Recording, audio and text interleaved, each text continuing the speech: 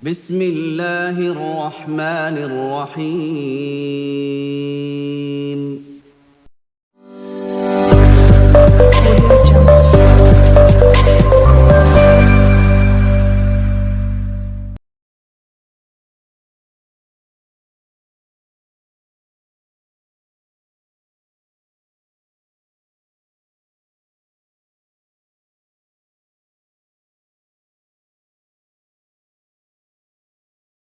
السلام عليكم ورحمة الله وبركاته.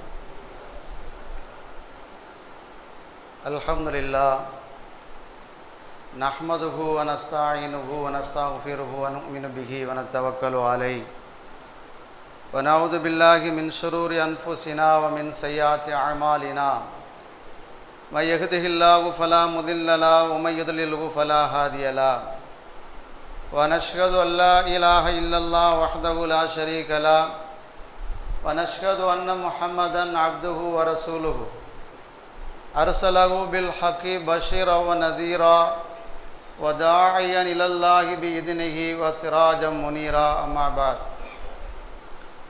فقد قال الله تبارك وتعالى في القرآن العظيم وفي الفرقان المجيد إن الدين عند الله الإسلام.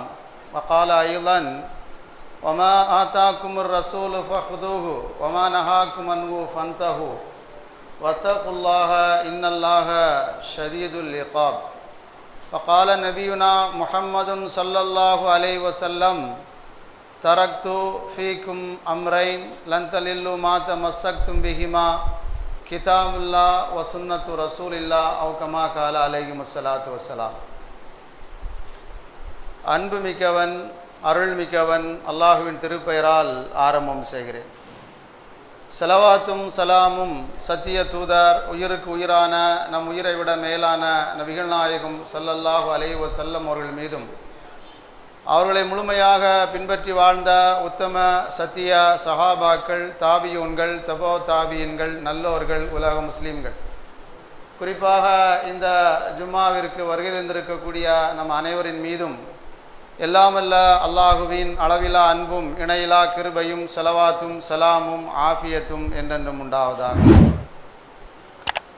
ஆரம்பமாக அஞ்சுவதும் அடிபணிவதும் அல்லாஹ் ஒருவனுக்கே என்ற உபதேசத்தை எனக்கும் உங்களுக்கும் வசியத் செய்தவனாகவும் எல்லா சந்தர்ப்பங்களிலேயும் எல்லா நிலைமைகளிலேயும் அல்லாஹுவாலும் அல்லாஹ்வின் தூதர் நபிகள் நாயகம் ஸல்லல்லாஹு அலைஹி வஸல்லம் அவர்களாலும் எதையெல்லாம் ஹலால் என்று ஆகமாக்கி வைத்திருக்கிறார்களோ அவைகளெல்லாம் எடுத்து நடக்கும்படியும் எதையெல்லாம் ஹராம் என்று தடுத்து வைத்திருக்கிறார்களோ அவைகளை விட்டு தவிழ்ந்திருக்கும்படியும் மீண்டும் ஞாபகப்படுத்தியவனாக என்னுடைய ஜும்மாவரை ஆரம்பம் செய்கிறேன்.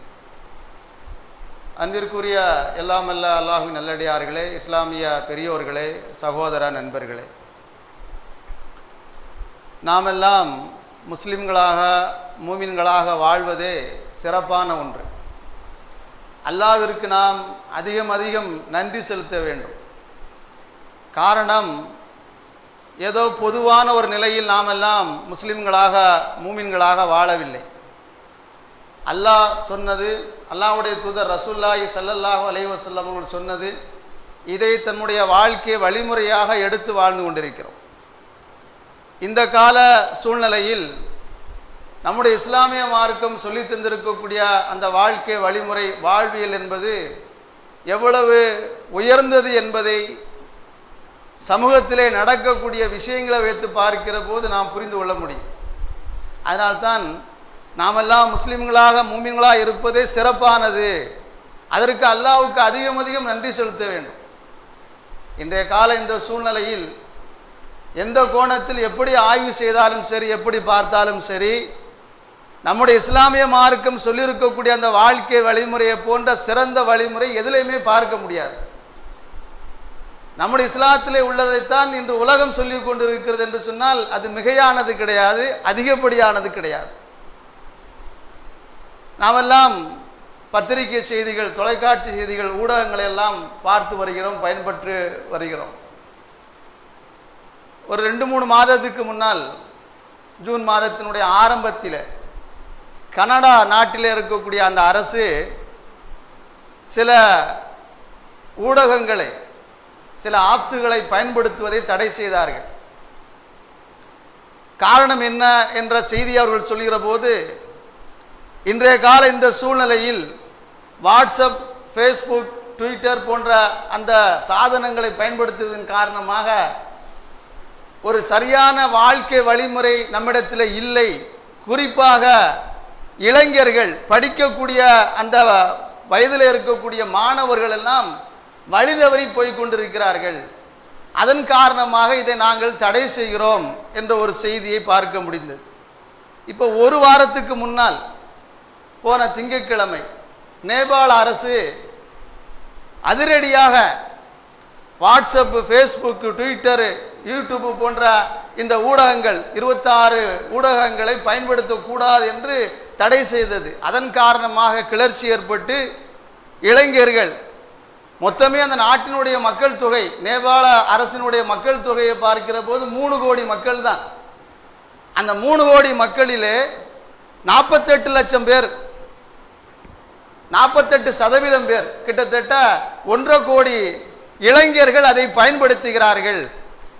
அதை ஏற்றுக்கொள்ள முடியாத காரணத்தினால் ஆர்ப்பாட்டம், போராட்டம் என்ற அந்த நிலைக்கு வந்து கடைசியிலே ஆட்சி கவிழ்ந்து போகக்கூடிய அளவிற்கு அந்த நாட்டினுடைய பிரதமர் ராஜினாமா செய்தார், துணை பிரதமர் ராஜினாமா செய்தார். இப்படி செய்திகள் எல்லாம் நாம் ஊடகத்திலே ஒரு வாரத்துக்கு முன்னால் பார்த்தோம்.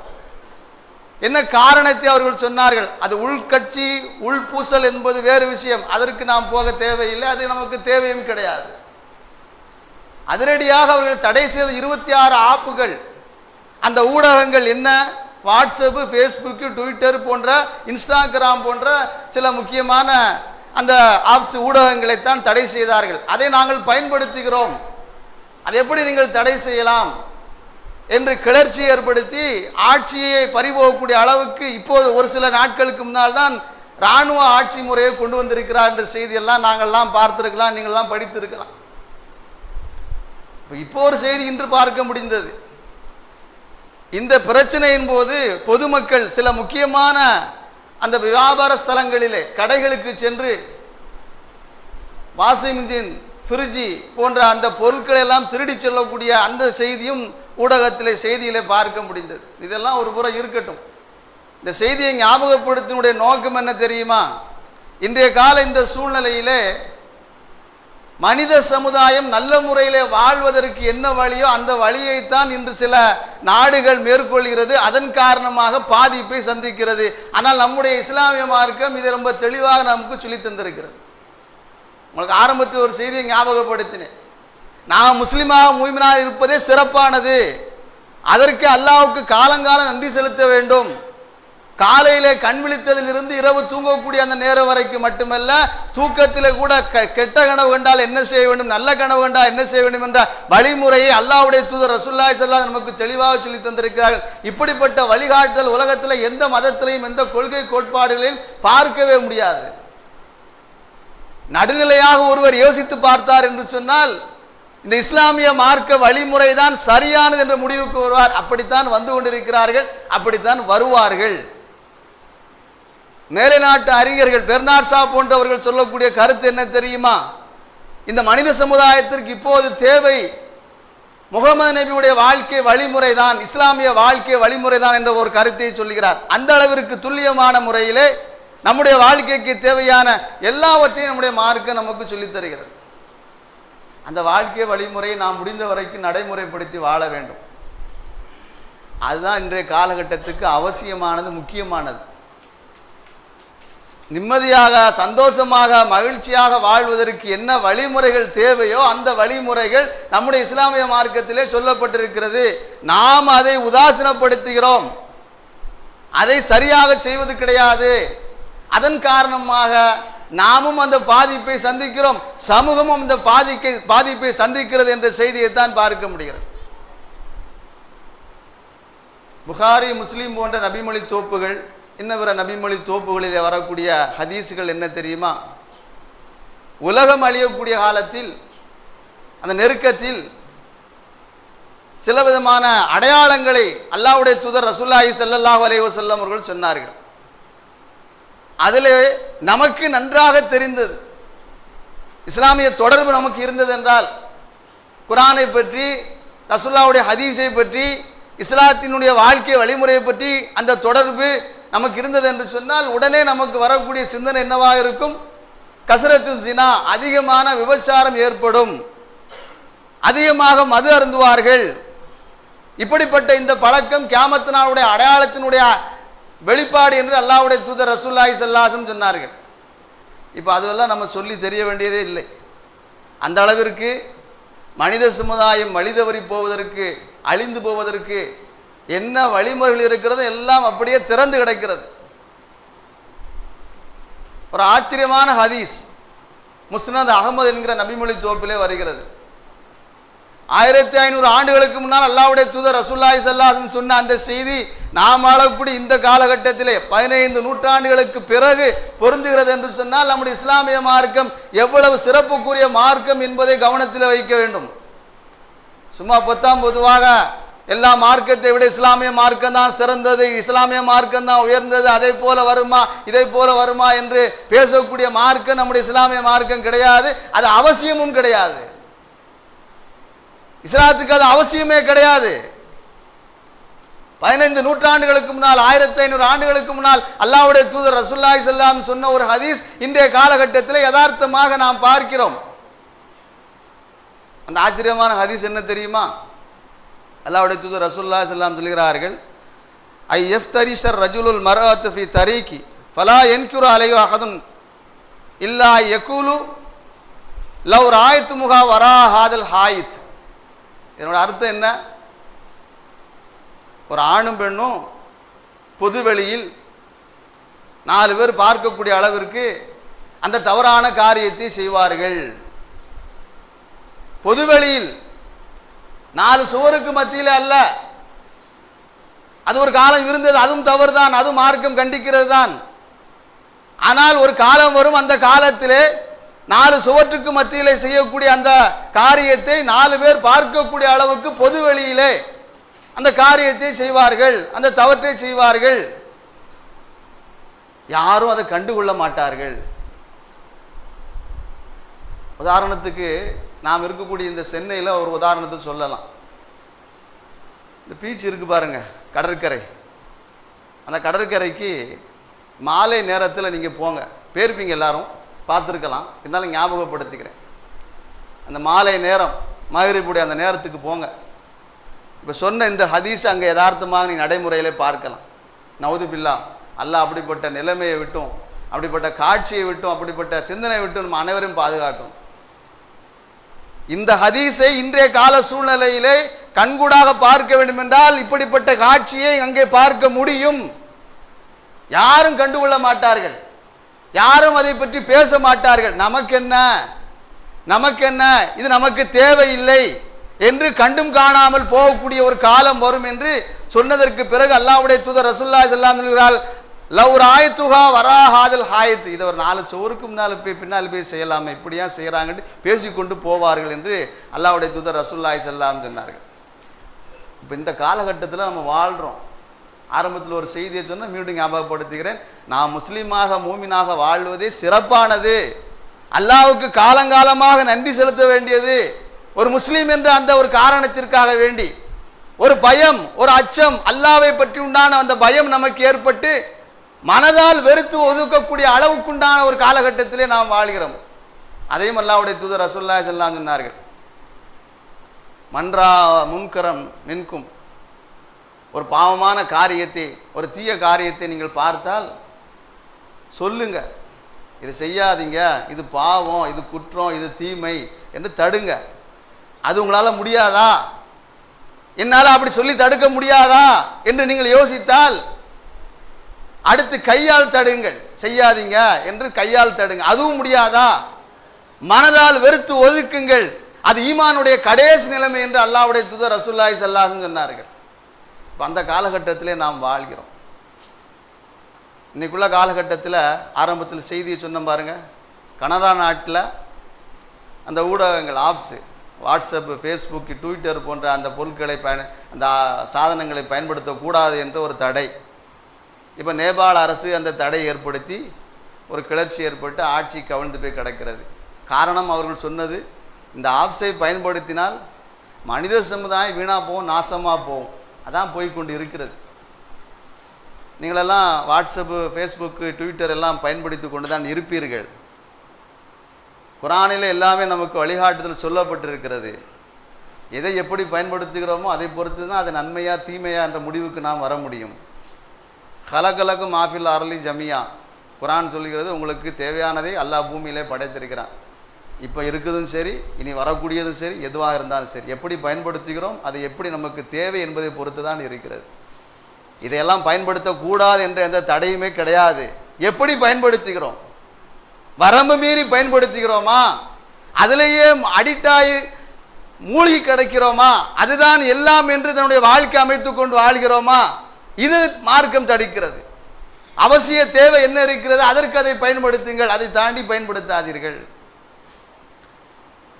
சமீபத்தில் ஒரு விளம்பரம் அந்த ஊடகங்களிலே வந்து கொண்டே இருக்கும். ஏதாவது நீங்கள் ஒரு ஆப்பை பார்த்து கொண்டிருந்தால் வரும். நீங்கள் விரக்தியில் இருக்கிறீர்களா, நீங்கள் வாழ்க்கையை வெறுத்து போய் இருக்கிறீர்களா, கவலையில் இருக்கிறீர்களா, துக்கத்தில் இருக்கிறீர்களா, கவலைப்படாதீர்கள். ஃப்ரெண்ட் என்ற ஒரு ஆப் இருக்கிறது, தோஸ்த் என்ற ஒரு ஆப் இருக்கிறது, அதை டவுன்லோடு செய்யுங்கள், இன்ஸ்டால் செய்து கொள்ளுங்கள், அதில் நீங்கள் பேசிக்கொள்ளலாம். இப்போ நடைமுறையில் இருக்கிறது. யார் என்று தெரியாது. எதிர்த்தரப்பில் ஒரு பெண் இருப்பார். அதுக்கு அவங்க சொல்லக்கூடிய விலை நிர்ணயம் எவ்வளோ தெரியுமா? 9 ரூபா அல்லது 11 ரூபா. நீங்கள் அதுக்கு கொடுத்தா போதும், உங்களுக்கு அதில் பேசிக்கொள்ளலாம். ஒரு குறிப்பிட்ட நேரம் 10 நிமிஷம் அல்லது 1/4 மணி நேரம் பேசிக்கொள்ளலாம். இது ஆடியோ காலாக பேசுவது. வீடியோ காலாக பேச வேண்டுமா, அதற்கு தனி ரேட்டு. இது அதிகமான விளக்கத்தை சொல்ல நான் விரும்பவில்லை, அதிகமான விளக்கம் சொல்ல நான் விரும்பவில்லை. இப்படி இரவு நேரத்திலே ஒருவர் பேசுகிறார் என்றால் எப்படிப்பட்ட பேச்சுக்கள், எப்படிப்பட்ட காட்சிகள் அங்கே இருக்கும் என்பதை நாம் புரிந்து கொள்ள முடியும். அந்த அளவிற்கு இன்று சமூகம் ரொம்ப மோசமான நிலையிலே போய்கொண்டிருக்கிறது. இதை மார்க்கம் தடுக்கிறது. அல்லாஹ்வுடைய தூதர் ரசூலுல்லாஹி ஸல்லல்லாஹு அலைஹி வஸல்லம் அதை தடுத்திருக்கிறார்கள். அதற்குண்டான வழிமுறைகள் நமக்கு சொல்லப்பட்டிருக்கிறது. அதில் கவனம் செலுத்தினால் அதிலிருந்து நாம் தப்பித்துக் கொள்ளலாம். ஒரு காலம் இருந்துச்சு, வீட்டில் இருக்கக்கூடிய பெரியவங்க தன்னுடைய மகனையோ மகளையோ பேர குழந்தையோ நல்லொழுக்கம் உள்ளவர்களாக உருவாக்கினார்கள், வளர்த்தார்கள். அதற்காக வேண்டிய அறிவுரைகள், அறவுரைகள், உபதேசங்கள்லாம் செய்தார்கள். இப்போ அதுவெல்லாம் மலையேறி போய்விட்டது. அல்லாஹ்வுடைய தூதர் ரசூலுல்லாஹி ஸல்லல்லாஹு அலைஹி வஸல்லம் காட்டி தந்த அந்த வழிமுறையை நம்முடைய முன்னோர்கள், நம்முடைய பெற்றோர்கள், அவர்களுடைய பெற்றோர்கள் சாப்பிடக்கூடிய நேரத்திலே, தூங்கக்கூடிய நேரத்திலே அவர்களுக்கு அந்த அறிவுரைகள், அறவுரைகளை சொல்லி நல்லது எது, கெட்டது எது, எதை செய்ய வேண்டும், எதை செய்யக்கூடாது என்ற வழிமுறைகளை சொல்லிக் கொண்டிருந்தார்கள். இப்போது அது இல்லை. இப்போ நம்முடைய தலைமுறை அப்படி உருவாக்கக்கூடிய கடமையும் பொறுப்பும் ஒவ்வொரு முஸ்லிமான ஆணுக்கும் பெண்ணுக்கும் இருக்கிறது. எனக்கென்ன என்று போகக்கூடிய காலத்திலே நாம் வாழ முடியாது. நாளைக்கு இதை குறித்தும் அல்லாஹ் நாளைக்கு மறுமையிலே கேள்வி கேட்பான் என்று அல்லாஹ்வுடைய தூதர் ரசூலுல்லாஹி ஸல்லல்லாஹு அலைஹி வஸல்லம் சொன்னார்கள். குல்லுக்கும் ராயின் வ குல்லுக்கும் மஸ்ஊலன் ராயத்தி. ஒவ்வொருவர்களும் பொறுப்பாளர்கள், ஒவ்வொருவர்களும் பொறுப்பாளர்கள். பெற்றோர் என்று சொன்னால், ஒரு மனிதன் என்று சொன்னால், மனைவியை குறித்து, பிள்ளையை குறித்து, குடும்பத்தை குறித்து நாளைக்கு மறுமையில் அல்லாஹ் கேட்பான். உன்னுடைய பிள்ளையை நல்ல முறையில் வளர்த்தாயா, உன்னுடைய மனைவியை நல்ல முறையில் நீ உருவாக்கினாயா, இஸ்லாமிய வழிமுறைப்படி நீங்கள் வாழ்ந்தீர்களா என்ற கேள்வி எனக்கு நிச்சயமாக உண்டு. யாருமே தப்பிக்க முடியாது. இது இஸ்லாத்தினுடைய அடிப்படையான நம்பிக்கை. மரணத்துக்கு பின்னால் ஒரு வாழ்வு உண்டு. அந்த வாழ்வின் போது கேள்வி எனக்கு உண்டு. உலகத்தில் நாம் எப்படி வாழ்ந்தோம் என்பதை குறித்து அல்லாஹ் நம்மிடத்திலே கேள்வி கேட்பான். அதற்கு நாம் பதில் சொல்லி ஆக வேண்டும். இப்போ நாம் மாறணும். நாம் தான் முன்மாதிரி, முன்னோடி. அதுதான் உங்களுக்கு ஒரு செய்தி ஞாபகப்படுத்தின. முந்தைய காலகட்டத்தில் அப்படி வாழ்ந்தார்கள், அப்படி இருந்தார்கள். நவீன காலம், டெக்னாலஜி உலகம் எப்படியும் வாழலாம் என்ற அந்த காலத்தில் நாம் வாழ்ந்து கொண்டிருக்கிறோம். முஸ்லீம்கள் அப்படி வாழக்கூடாது. மற்றவர்கள் வேண்டுமானால் அதை ஒரு டெக்னாலஜி உலகம் என்று சொல்லி அதற்கு பின்னால் போகலாம். முஸ்லீமா இருக்கக்கூடிய ஆணும் சரி, பெண்ணும் சரி, பெற்றோரும் சரி, கணவன்மாரும் சரி, மனைவியும் சரி அப்படி வாழக்கூடாது. இப்படித்தான் வாழ வேண்டும் என்ற வழிமுறை நமக்கு சொல்லப்பட்டிருக்கிறது. உலகம் அழியக்கூடிய காலம் வரைக்கும் அதுதான் நமக்கு சட்டம், வாழ்க்கை வழிமுறை. நம்முடைய பிள்ளைகளுக்கு அதை சொல்லக்கூடிய கடமையும் பொறுப்பும் இருக்கிறது. சில நாடுகள் அந்த ஆப் சாதனங்களை தடை செய்வதற்குண்டான காரணம் என்ன? இளைஞர்கள் முன்னேற வேண்டும், வாழ்க்கையில சிறந்த இடத்தை பிடிக்க வேண்டும் என்ற அந்த சிந்தனை இல்லாமல் போய் மூளை மழுங்கடிக்கப்பட்டு இன்ஸ்டாகிராம், ஃபேஸ்புக், வாட்ஸ்அப் போன்ற தளங்களிலே நேரங்காலங்களை செலவிட்டு தன்னுடைய பொன்னான நேரத்தை இழந்து கொண்டிருக்கிறார்கள். இனிமேல் அப்படி இருக்கக்கூடாது. இது ஒரு நாட்டுக்கு முன்னேற்றத்துக்கு உண்டானது கிடையாது, ஒரு குடும்பத்துக்கு முன்னேற்றத்துக்கு உண்டானது கிடையாது. இதனால் இது தடை செய்கிறோம் என்ற அந்த காரணத்தை சொன்னார்கள். நம்முடைய மார்க்கம் அதைத்தான் நமக்கு சொல்கிறது. இன்ஷா அல்லாஹ் உங்களுக்கு நேரம் கிடைத்தால், நீங்கள் விரும்பினால், நீங்கள் ஆசைப்பட்டால் சூரத்து நூர் குர்ஆனில் வரக்கூடிய 24வது அத்தியாயம் சூரா, உங்களுக்கு ஆசை இருந்தால், ஆர்வம் இருந்தால், விருப்பம் இருந்தால், என் குடும்பத்தை நல்ல முறையில் நான் உருவாக்கணும், நாளைக்கு அல்லாட்ட நான் பதில் சொல்லி ஆகணும் என்ற ஒரு அச்சம், ஒரு பயம் இருந்தால் அவசியம் எடுத்து படித்து பாருங்கள். உங்கள் மனைவியை பக்கத்தில் வச்சுக்கோங்க, உங்கள் குழந்தையும் பக்கத்தில் வச்சுக்கோங்க, மகனோ மகளோ பக்கத்தில் வச்சுக்கோங்க.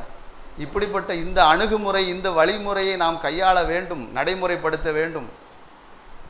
குறைஞ்சபட்சம் இரவு தூங்கக்கூடிய நேரத்தில் சாப்பிட்டதற்கு பிறகு உட்கார வச்சுட்டு இஸ்லாம் சம்பந்தமான ஒரு கலந்துரையாடல், எது நல்லது, எது கெட்டது, எது சரி, எது தவறு, நாம் அனுபவப்பட்டிருப்போம் பாருங்க. 40 வயது, 50 வயது, 60 வயதை தாண்டி வந்திருப்போம். உலகத்தில், சமூகத்தில் என்னென்ன அனுபவங்கள் பெற்று வந்த உலகம் எப்படிப்பட்ட உலகம், நம்ம எப்படியெல்லாம் அந்த உலகத்தை கையாள வேண்டும், எப்படி எதிர்கொள்ள வேண்டும், எது சரி எது தவறு என்ற அந்த புரிதல், அந்த ஆலோசனை, அந்த அனுபவத்தை நம்முடைய மனைவிக்கு, பிள்ளைகளுக்கு, அடுத்த சந்ததிகளுக்கு சொல்ல வேண்டும். அதோடு இஸ்லாமிய வழிமுறையும் போதிக்க வேண்டும். அதுதான் ஒரு செய்தி உங்களுக்கு ஞாபகப்படுத்தின சூரத்து நூரை எடுத்து படித்து பார்க்க வேண்டும். ரொம்ப முக்கியமான ஒரு சூறா. எல்லா சூறாவும் முக்கியமான சூறா. இப்போ சொல்லப்பட்ட இந்த விஷயங்களுக்கு அது சரியாக இருக்கும் என்பதற்காக அதை ஞாபகப்படுத்துகிறேன். அதில் ஒரு செய்தி வருகிறது, ஒரு 3 நேரங்களிலே உங்களுடைய பிள்ளைகளை உங்களுடைய வீட்டுக்கு, நீங்கள் இருக்கக்கூடிய அந்த அறைக்கு வருவதிலே அனுமதி கேட்டுவிட்டு வருவதற்கு நீங்கள் பழக்கிக் கொள்ளுங்கள் என்று அல்லாஹ் சொல்கிறான். ஒரு 3 நேரங்களில் நம்ம வீட்டில் இருக்கக்கூடிய பிள்ளைங்க, பக்கத்து வீட்டு பிள்ளைங்க கிடையாது, வேற வீட்டு பிள்ளைங்க கிடையாது, நம்ம வீட்டில் நம்ம மகனோ மகளோ பேர குழந்தைய இருக்கிறாங்க பாருங்க, பருவ வயதை அடைந்த நெருக்கமாக இருக்கக்கூடிய அந்த குழந்தைகள் உங்களுடைய வீட்டுக்கு, நீங்கள் இருக்கக்கூடிய அந்த அறைக்கு வருவதாக இருந்தால் உங்களிடத்திலே அனுமதி கேட்டு விட்டு உள்ளே வரலாமா, உள்ளே வரலாமா என்று அனுமதி கேட்டு விட்டு வரக்கூடிய அந்த பழக்கத்தை உங்களுடைய பிள்ளைகளுக்கு நீங்கள் பழக்குங்கள் என்று அல்லாஹ் ரப்பல் ஆலமீன் சொல்கிறான். படைத்த ஒருவனுக்கு மட்டும்தான் தெரியும் இந்த சமூகத்தை, அந்த மனிதனை எப்படி உருவாக்க வேண்டும், எப்படி நடைமுறைப்படுத்த வேண்டும் என்று அல்லாஹ் சொல்கிறான். அதில் நமக்கு நன்மைகள் அதிகமாக இருக்கும். அந்த 3 நேரம் என்ன, சுருக்கமாக சொல்கிறேன். ஃபஜ்ருடைய நேரம், ஃபஜ்ருடைய நேரம் இருக்குது பாருங்கள், அந்த அதிகாலை பொழுது. அந்த நேரத்தில் உங்களுடைய வீட்டுக்கு, உங்களுடைய அறைக்கு, ரூமுக்கு உங்கள் பிள்ளைங்க வந்தாலும், நம்ம வீடு தானே, நம்முடைய பெற்றோர்கள் தானே அங்கே இருக்கிறாங்க, நம்ம வாட்டுக்கு போகலாமா என்று அவர்களுக்கு அந்த அனுமதி கொடுக்காதீர்கள். உள்ளே வரலாம் என்று இன்றைக்கி நார்மலாக ஒரு நடைமுறை என்ன இருக்குது தெரியுமா? ஆஃபீஸுக்கு போனாலும் சரி, ஸ்கூலுக்கு போனாலும் சரி, காலேஜ் போனாலும் சரி, ஒரு இடத்துக்கு போகிறேன்னு சொன்னால் பெர்மிஷன் கேட்குறது, உள்ளே வரலாமா என்று பெர்மிஷன் கேட்குறது, வாங்க என்று சொன்னால் உள்ளே போகக்கூடிய நடைமுறை இருக்கிறது. நம்முடைய மார்க்கம் சொல்லுகிறது, உங்களுடைய பிள்ளைகளாக இருந்தாலும் இந்த நடைமுறை எங்கள் பழக்கங்கள், அதை கொண்டு வாருங்கள், அதை நடைமுறைப்படுத்துங்கள். ஏனென்று சொன்னால் அந்த நேரத்திலே அதிகாலை பொழுதிலே நீங்கள் படுத்திருக்கக்கூடிய அந்த சூழ்நிலை, உங்களுடைய பிள்ளை பருவ வயதை நெருங்கி இருக்கக்கூடிய டீனேஜ் பருவத்தில் இருக்கக்கூடிய அந்த பிள்ளை பார்த்து விட்டென்றால் மனதிலே ஒரு விதமான சஞ்சலங்கள் ஏற்பட வாய்ப்பு இருக்கிறது என்று படைத்த ரப்புல் ஆலமீன் சொல்லுகிறான். நான் சொல்லலை, படைத்த ரப்புல் ஆலமீன் சொல்லுகிறான். அந்த வயது என்பது வழிதவறி போகக்கூடிய வயது, சிந்தனை மாற்றத்தை ஏற்படுத்தக்கூடிய வயது, நல்லது எது, கெட்டது எது, எது செய்ய வேண்டும், எதை செய்யக்கூடாது, இவர் யார், அவர் யார் என்ற எந்த சிந்தனையும் வராது தவறிலே வீழ்ந்து போகக்கூடிய அந்த வயது. அந்த வயதின் போது நீங்கள் யதார்த்தமாக வீட்டிலே படுத்திருக்கக்கூடிய சமயத்தில் உங்களுடைய அறைக்கு அந்த பிள்ளைகள் வந்தால் உங்களுடைய அந்த காட்சியை பார்த்து அவர்களுக்கு ஏதாவது மனதிலே சஞ்சலம் ஏற்பட்டு விடலாம்.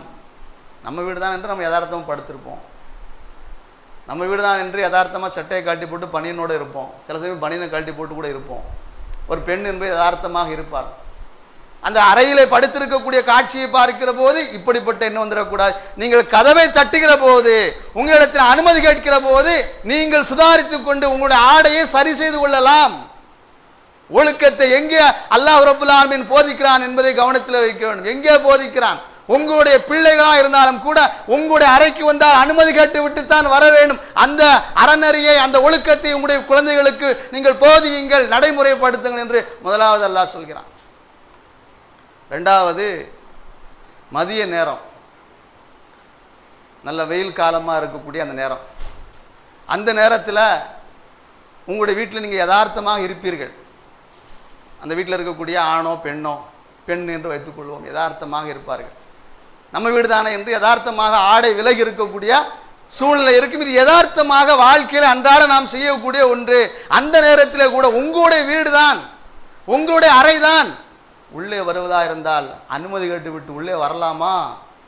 உங்களுடைய மகனோ மகளோ கேட்டுவிட்டு உள்ளே வர வேண்டும். காரணம் இதே காரணம்தான். ஃபஜ்ருடைய நேரத்தில் என்ன காரணத்தை அல்லாஹ் ரப்பல் ஆலமீன் சொல்கிறானோ அதே காரணம் தான் இங்கேயும். மூன்றாவது, இரவு தூங்கக்கூடிய அந்த இஷாவுடைய நேரத்துக்கு பிறகு யதார்த்தமாக நாம் இருப்போம். அந்த நேரத்தில் நம்முடைய அந்த யதார்த்த சூழ்நிலை கூட நம்முடைய வீட்டில் இருக்கக்கூடிய அந்த டீனேஜ் பிள்ளைகளுக்கு சிந்தனை மாற்றத்தை ஏற்படுத்தி விடக்கூடாது என்பதிலே கவனமாக இருக்க வேண்டும் என்று அல்லாஹ் ரப்பல் ஆலமீன் நமக்கு சொல்கிறான். ஒழுக்கத்தை இப்படித்தான் போதிக்கணும். கேட்கறதுக்கு நல்லா தான் இருக்குது, இப்படிலாமா குர்ஆன் சொல்லியிருக்கிறது என்று நினைக்கலாம். கேட்பதற்கோ ஆச்சரியப்படுவதற்கோ அசந்து போவதற்கோ நல்ல செய்தி என்பதற்கோ இது சொல்லப்படவில்லை. இன்ஷா அல்லாஹ் நடைமுறைப்படுத்த வேண்டும். பிள்ளைகளோடு கலந்துரையாட வேண்டும், பேச வேண்டும், நேரத்தை ஒதுக்க வேண்டும். இருக்கிறோமா என்று உங்களுக்கு நீங்களே கேட்டுக்கொள்ளுங்கள். எப்படி இருக்கிறோம், எப்படி வாழ்கிறோம்? வீட்டில் இருக்கக்கூடிய மனைவி, நீங்கள் இரவு நேரத்தில் அந்த வேலையை முடித்து விட்டு வருகிறீர்கள். வந்த உடனே கைகால் மூத்த கழுவுகிறீர்கள், சாப்பிடுகிறீர்கள். அதற்கு பிறகு என்ன செய்கிறீர்கள்? போனை எடுத்துக்கொண்டு வாட்ஸ்அப்பு, ஃபேஸ்புக்கு, யார் என்ன மெசேஜ் அனுப்பியிருக்கிறார், என்ன செய்தி இருக்கிறது? ஒரு செய்தி இருக்காது. முக்கியமான செய்தி என்றால் முக்கியமானவர் அனுப்பியிருப்பார், பார்த்தாலே தெரிந்து கொள்ளலாம். அப்படியே தள்ளி விட்டுக்கிட்டே இருப்போம். இன்றைக்கி அதை கொடுத்து கூட மருத்துவர்கள் சொல்கிறார்கள், இப்படியே தள்ளி கொண்டே இருக்கார்கள், கையெல்லாம் அந்த எலும்பெல்லாம் செயல்பாடு குறைந்து போய்விடும், மனநல பாதிப்பு ஏற்படும் என்று மருத்துவர்கள் சொல்கிறார்கள். நான் சொல்லலை. அதிகமாக இந்த ஊடகங்களிலே ஃபேஸ்புக்கு, ட்விட்டர் போன்ற அந்த சாதனங்களை நாம் பயன்படுத்தினோம் என்று சொன்னால் மனநல பாதிப்பு ஏற்படும் என்ற ஒரு தகவல் நான் சொல்லி தெரிய வேண்டியதே கிடையாது, எல்லோருக்குமே தெரிந்தது தான். ஞாபகப்படுத்திக்கிறேன். அந்த நேரத்தை நம்முடைய பிள்ளையோடு பயன்படுத்தி அல்லாஹ் சொல்லுகிறான், 3 நேரத்தில் அனுமதி கேட்டு விட்டு வரணும். எப்படி நம்ம சொல்ல முடியும்? எப்படி சொல்ல முடியும்? அந்த பிள்ளைகளோடு பேசினால்தான், அந்த பிள்ளைகளிடத்தில் சொன்னால்தான் இதை நாம் அங்கு நடைமுறைப்படுத்த முடியும். இன்றைக்கி அதுவெல்லாம் இல்லாமல் போய்விட்டது.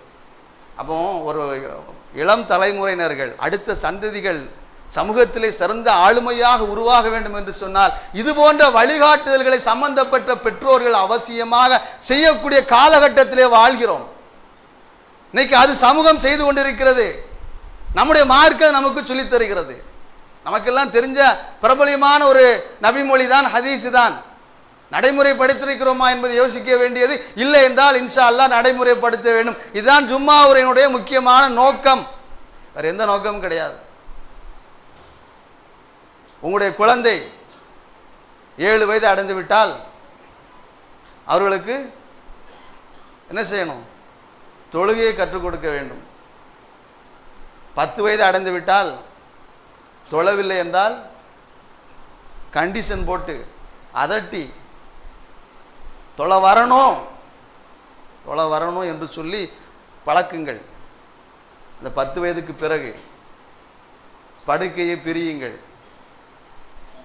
அந்த அந்த டீனேஜ் பருவத்தில் இருக்கக்கூடிய அந்த குழந்தை 10 வயது என்று சொன்னால் அந்த 11 வயது 12 வயது நெருக்கத்துக்கு வந்துடும். அந்த வயதாக இருந்தால் படுக்கையை பிரியுங்கள்.